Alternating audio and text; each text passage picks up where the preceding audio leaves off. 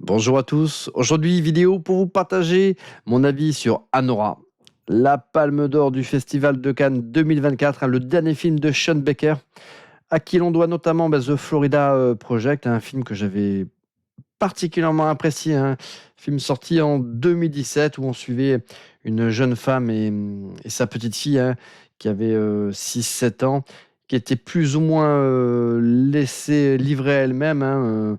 Elle vit avec sa mère donc, dans un motel un petit peu délabré, mais à quelques encablures de Walt Disney World. Donc il y a voilà, il y avait cette différence de contexte entre d'un côté le monde merveilleux de Disney et cette pauvreté juste à côté où vit cette jeune femme un peu marginale avec sa fille qui est livrée à elle-même. Et puis forcément, quand un enfant est livré à lui-même et qu'il en côtoie d'autres qui sont également livrés à eux-mêmes, ils font plein de conneries. Et c'était un petit peu ce qui se passait dans ce film, et c'était vraiment très cool. Donc c'était un drame social, mais qui comportait voilà, quelques éléments de comédie qui étaient plutôt bien sympas. Et puis sur d'autres, c'était un film qui pouvait être quand même assez dur, mais en tout cas qui posait un regard voilà, très subtil et très intéressant sur cette société américaine, voilà, pleine de contrastes. Et finalement, avec Anora, on a un petit peu la même chose, avec un contexte bien évidemment complètement différent. Donc Anora, c'est un film que j'ai vu tardivement parce que j'avais, j'imagine, quelques a priori, puisque de prime abord, c'est pas forcément le genre de film, on n'est pas dans mon genre de prédilection. Moi, c'est plutôt les films de genre. Et, mais parfois, voilà, il faut savoir aussi s'ouvrir à d'autres projets. Et c'est ce que j'ai fait. Et j'ai pris une petite claquouse avec cette Anora que j'ai trouvé vraiment déjà voilà, sublime, déjà dans sa mise en scène, et puis avec une histoire qui finalement avec plein de rebondissements, et puis surtout que les attentes des spectateurs sont assez souvent déjouées, mais c'est fait intelligemment. Je sais pas pourquoi, j'avais un a priori, je m'imaginais le film se dérouler et aller dans une certaine direction, et j'ai été complètement banané, et le film est parti dans une direction que je ne soupçonnais pas. Le film comporte pas mal de changements de ton qui sont particulièrement savoureux. Donc l'histoire là de Anora, c'est on a cette jeune femme qui a, je crois, 24 ou 25 ans, qui travaille dans un établissement là, de striptease, mais un peu glauque, où d'ailleurs ça peut même aller plus loin, si les clients ils alignent les pesetas. Et dans cet établissement, il y a beaucoup il y a une clientèle quand même relativement friquée qui s'y déplace, et de temps à autre, il peut y avoir bien évidemment des populations étrangères, et notamment là, des Russes fortunés. Et elle, on la sollicite parce que, a priori, c'est l'une des seules, ou peut-être même la seule de l'établissement qui comprend le russe et qui le parle à peu près. Donc c'est ce qui se passe. À un moment donné, on la sollicite pour aller s'occuper d'un client un peu spécial. C'est un jeune homme qui semble être un étudiant russe, et qui, en tout cas, est le fils d'une énorme fortune russe, d'un oligarque russe. Et ce jeune homme, au lieu d'étudier, comme tout étudiant étranger le ferait, lui, il profite des biens et de l'argent de papa-maman pour explorer toutes les sources du plaisir, de distraction auxquelles il peut avoir accès là aux États-Unis. Donc, forcément, c'est ce qui l'amène, lui, en tout cas, dans cet établissement-là. Voilà, c'est vivre une nouvelle expérience fun avec ses potes. Et il arrive ce que ce jeune homme ne soupçonnait pas, et ni même cette stripteaseuse, c'est que Il y a une sorte de courant qui passe entre les deux, et tant et si bien que ce jeune homme souhaite revoir cette jeune femme. Il l'a fait venir dans sa demeure familiale qui est un magnifique palace, hein, ultra moderne. Et ça se passe tellement bien qu'il la loue même pendant une semaine, hein, et il aligne les bichetons là, et pour pouvoir disposer d'elle de manière privative pendant une semaine. Alors, ça lui coûte 15 000 dollars, mais bon, voilà, et voilà, il ne compte pas, hein, encore une fois, c'est le fils d'un milliardaire, et c'est nos limites. Donc voilà, pendant cette semaine où les deux tourtereaux s'envoient en l'air, hein, ils ont également, voilà, ils participent à des fêtes mémorables un petit peu partout. Ils se livrent à tous les excès, et,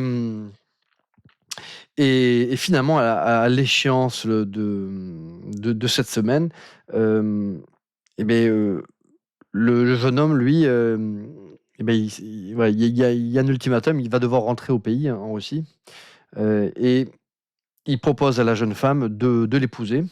De un, parce qu'il l'apprécie, hein, et qu'il ne cache pas qu'il pourrait avoir des sentiments pour elle, mais de deux aussi, c'est que s'il se marie avec une Américaine, il pourra avoir la carte verte américaine, et il pourra être libre de rester sur le territoire et éventuellement de s'opposer à la décision de ses parents de retourner en Russie.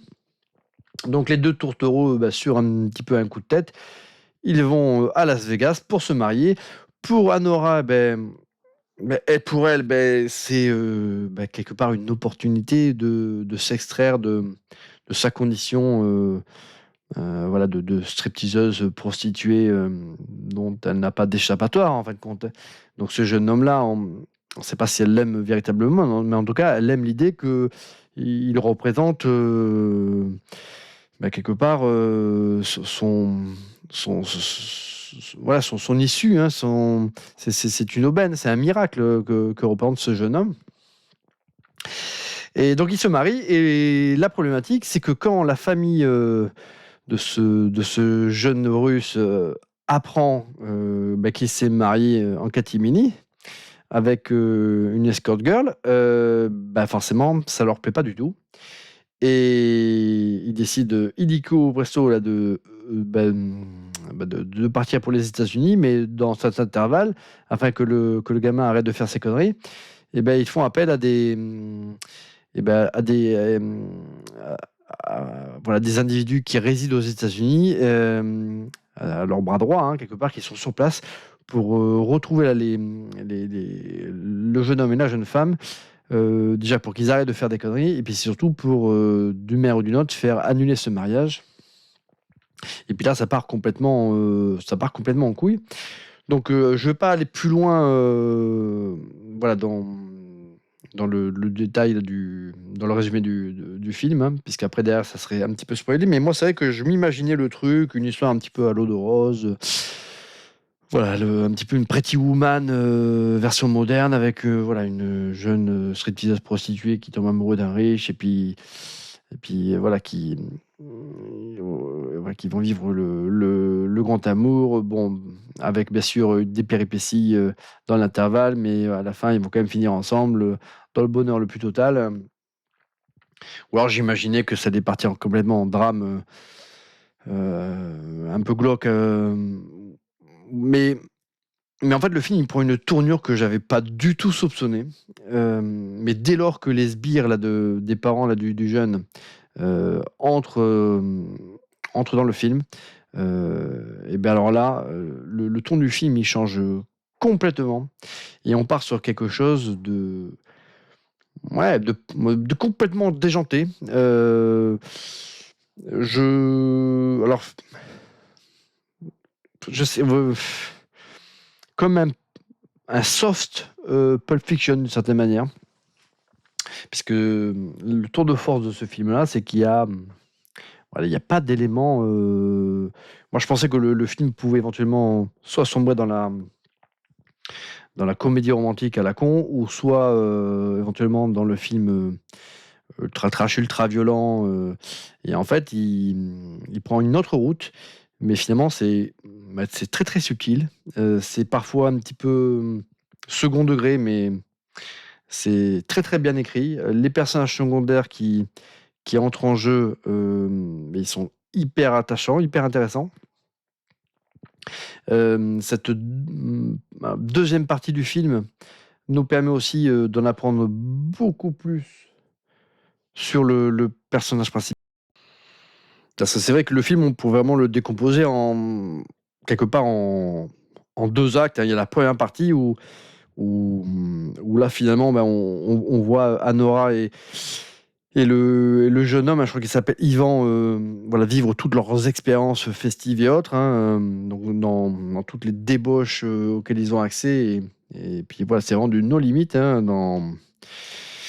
voilà, dans le délire, hein, mais finalement, on n'en sait voilà, on n'en sait pas, on n'en sait pas trop sur la personnalité de ces 2 jeunes, hein. On sent bien qu'ils s'apprécient d'être ensemble, hein, parce que l'un pour l'autre, ils représentent quelque part, un point d'ancrage, vers, un autre modèle de vie, auquel ils voudraient avoir accès, hein. Bon, pour Yvan, cette jeune femme, elle représente peut-être, une issue pour s'extraire d'une vie qui est certes hyper confortable, mais qui est hyper emprisonnante aussi. Et puis pour elle, lui, il représente, voilà, une vie, voilà, beaucoup plus agréable, alors qu'elle, elle n'a connu effectivement voilà, que les vieux tripots sordides, et son rapport avec, les hommes est d'ailleurs est très, très particulier, hein, et donc cette seconde partie où le film il prend voilà, une approche complètement différente, ça permet aussi, de pouvoir, appréhender, notamment le personnage d'Anora selon un autre, angle, d'approche, hein, et on la redécouvre complètement, différemment, et c'est d'ailleurs un tour de force, hein, alors je sais pas si elle a eu elle-même un prix, donc le film a été Palme d'or, et je sais pas si elle a été elle-même primée, bonne question. Mais en tout cas, en tout cas, l'actrice qui joue le rôle d'Anora, hein, c'est, Mickey Madison, hein, que moi j'avais déjà vu dans Once Upon a Time in Hollywood de Quentin Tarantino. Après, je me rappelle pas l'avoir vue en tout cas, je l'ai pas vue dans les autres films auxquels elle a joué, hein. C'est une jeune actrice de 25 ans, elle en a pas fait non plus, 400. En tout cas, dans le film, voilà, elle est extrêmement brillante, hein, et surtout, voilà, dans cette 2e partie où on la voit, métamorphosée par rapport à la première partie. Et puis voilà, encore une fois, je le redis, j'ai adoré tous les seconds rôles là qui rentrent en jeu, après que la famille là de Yvan ait fait appel à eux pour remettre de l'ordre dans tout ce bordel. Voilà, il y a ces 3 personnalités qui sont, voilà, hyper intéressantes, un peu loufoques, hem et finalement jusqu'à son final, le film, nous réserve, voilà, plein de petits retournements de situation. Le film est voilà, il est ultra voilà, il est ultra prenant, en fait. Il est mené à rythme voilà, il y a un très, très bon rythme dans ce film. Alors je sais pas combien il dure. Il dure quand même assez longtemps, hein. Je vais vous dire ça. Non, il dure, 138 minutes, hein, donc presque 140, hein, c'est plus de 2 heures. C'est vrai qu'il durait quand même un paquasse de temps, mais par contre, voilà, je me suis pas du tout ennuyé. Alors la première partie, jusqu'à ce que les 2 jeunes se marient, on va dire que ça, c'était peut-être un petit peu long, mais c'est une partie qui est ultra sulfureuse. Ils font que niquer, en fait, hein, ou se droguer, se niquer, boire, faire la fête, On va dire ça, c'est une partie qui, on va dire fun, mais un peu longue, et la seconde partie, par contre, voilà, quand les sbires de la famille rentrent en scène pour remettre de l'ordre dans tout ce bordel, là, du coup, c'est vraiment, vraiment excellent, et c'est là où il y a un vrai développement au niveau des personnages. On va dire que jusqu'à ce qu'on arrive à cette 2e partie, j'étais très partagé sur ce que je pensais du film. D'un côté, ça ressemblait pas à l'idée que je m'étais fait du film. C'est sûr que c'est pas Pretty Woman 2024, hein, ça c'est sûr. Ça a rien à voir avec le film avec Richard Gere, hein, ça c'est certain. Mais d'un autre côté, je me suis dit: «Ah, si c'est ça pendant tout le film, ouais, j'étais même pas sûr, je sais pas si j'aurais le courage d'aller jusqu'au terme du film». Mais cette rupture-là, alors je sais plus à quel moment du film elle se produit, mais c'est à peu près à durée, médiane, hein, et bah, après, ben, voilà, il se passe ce que je n'avais pas envisagé et le film adopte il y a un changement de ton qui est hyper sympathique, mais que l'on perçoit pas forcément au départ, en fait. Parce que le réalisateur, ouais, il joue sur nos attentes et il les déjoue, assez souvent. On s'imagine que le film pourrait, à un moment donné, bifurquer sur du thriller, sur quelque chose de violent, et en fait, non, il part sur, quelque chose d'autre et c'est plutôt cool et finalement, jusqu'à la fin, bah, on je veux pas dire qu'on sait pas comment ça va se terminer, mais on s'en doute, mais malgré tout, on est vraiment très, très surpris par rapport au comportement des personnages et jusqu'à cette, scène finale, hein, qui clôt le film et qui est, voilà, finalement, tout en subtilité. C'est vrai que le film parfois, aura pu être un peu trashouille au niveau des dialogues et autres, hein, mais la fin est, voilà, tout en subtilité et tout en finesse et on laisse, quelque part le spectateur décider sur ce qu'il vient de voir et sur ce qu'il imagine, sur ce qui puisse se passer derrière et après encore une fois en fonction de notre propre sensibilité, on considérera que c'est une fin qui aura, qui se rend vers un dénouement, on va dire, positif ou ou éventuellement, une fin qui renvoie vers quelque chose de très pessimiste, pour l'héroïne. Mais en fait, je crois qu'en interview, le réalisateur a volontairement, écrit et mis en scène cette fin pour que les gens puissent, on va dire se faire leur propre, idée de ce qui peut suivre et encore une fois, quand j'ai lu les critiques ici ou là, selon les critiques, certains considèrent que c'est une fin qui est triste, d'autres que c'est une fin qui est positive. Mais en tout état de cause, c'est une fin qui est très subtile et finalement très, très belle. Donc moi, Nora, de Sean Baker, un film que j'ai, tardé à voir parce que j'avais, pas voilà, quelques a priori, je je me faisais le film avant de l'avoir vu et puis voilà, j'ai pris connaissance de certaines critiques ici ou là, sur internet et autres et qui étaient, assez enflammées sur ce film-là. Puis en plus une palme d'or, c'est pas rien, hein, même si, de temps à autre, Cannes, honore parfois des films qui peuvent, ne pas forcément me convenir. Mais en tout cas, en l'occurrence, cette palme d'or est complètement méritée. Le film, il est vraiment, voilà, atypique. Voilà, il est un peu fou, un peu comme voilà, j'ai fait, l'association, la comparaison avec Pulp Fiction. Alors les films sont complètement différents, hein, bien évidemment, mais quelque part, il y a par rapport au ton décalé, que peut avoir certains personnages et par rapport à ces bifurcations de l'intrigue, hem, voilà, c'est ça me fait penser à un soft, Pulp Fiction d'une certaine manière.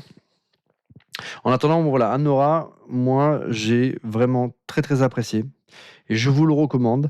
Encore une fois, ne lancez pas le film trop tardivement en soirée parce qu'il dure quand même, 138 minutes, à plus de 2 heures, donc c'est quand même, un petit morceau quand même, mais en tout cas, je me suis jamais ennuyé et attention aussi par contre, parce que c'est un film qui comporte, comme je l'ai dit, pas mal de scènes, de nudité. Par contre, il y a pas de violence, hein, mais par contre, il y a énormément là de scènes de nudité, Donc ça convient pas à à tous les petits yeux, hein. Donc voilà, c'est pas un film à lancer en famille, hein. C'est pas une histoire d'amour à lancer en famille.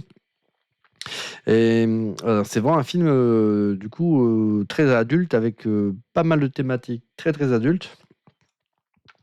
Mais encore une fois, c'est une très très bonne surprise. Je crois qu'il était interdit aux moins de 12 ans en France. Franchement, ouais, moi, je l'aurais interdit aux moins de 16 ans, hein, parce qu'il est quand même, en tout cas pour ces scènes de nudité, il est quand même assez explicite. Ouais, c'est bizarre. Ouais. Là, j'ai un petit peu du mal à comprendre cette interdiction de moins de 12 ans. Moi, je l'aurais interdit quand même aux moins de 16 ans, ce film. Mais voilà, pour la nudité, hein, parce que pour le reste, le film, voilà, il n'y a pas d'éléments gore, il n'y a pas d'éléments sanglants, il n'y a pas de meurtre. Voilà, c'est. Donc, bah, écoutez, c'est tout pour cette critique. Donc, je vous recommande Anora. C'est voilà, une petite pépite. Les films de Sean Baker, ben, moi, j'en ai pas vu beaucoup, mais en tout cas, Florida Project, celui-là a été très très cool. Bon, bah, celui-ci, Anora, ben, c'est un peu dans les mêmes eaux. Si vous n'avez pas vu Florida Project, ben, je vous le recommande.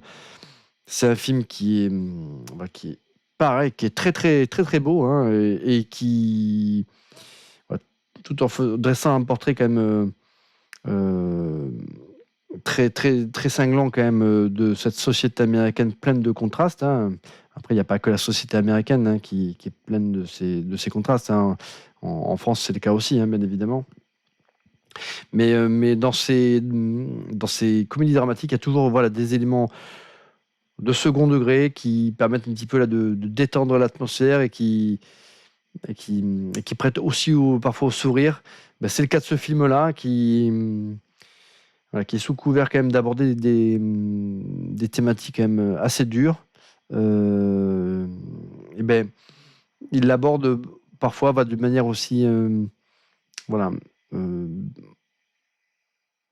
En tout cas, c'est toujours bienveillant le regard que pose le réalisateur sur ses protagonistes.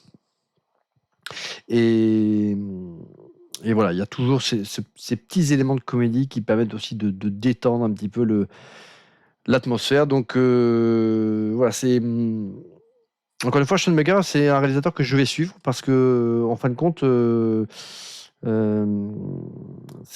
me rends compte que bah, sur les deux films que j'ai vus là de sa part, j'en ai peut-être vu d'autres, hein, mais en tout cas, je regarde ce qu'il a fait d'autre, hein. Il a fait Tangerine. Ça, je me rappelle. Je l'ai peut-être vu, mais je me rappelais pas du tout. Starlet, Prince of Broadway, Red Rocket. Oh non, ça me parle pas. Ça me parle pas du tout, tout ça. Mais je vais peut-être y jeter un petit coup d'œil parce que franchement, c'est un bon. C'est un bon. Eh bien, écoutez, moi, je vous dis à bientôt pour une prochaine vidéo, les amis.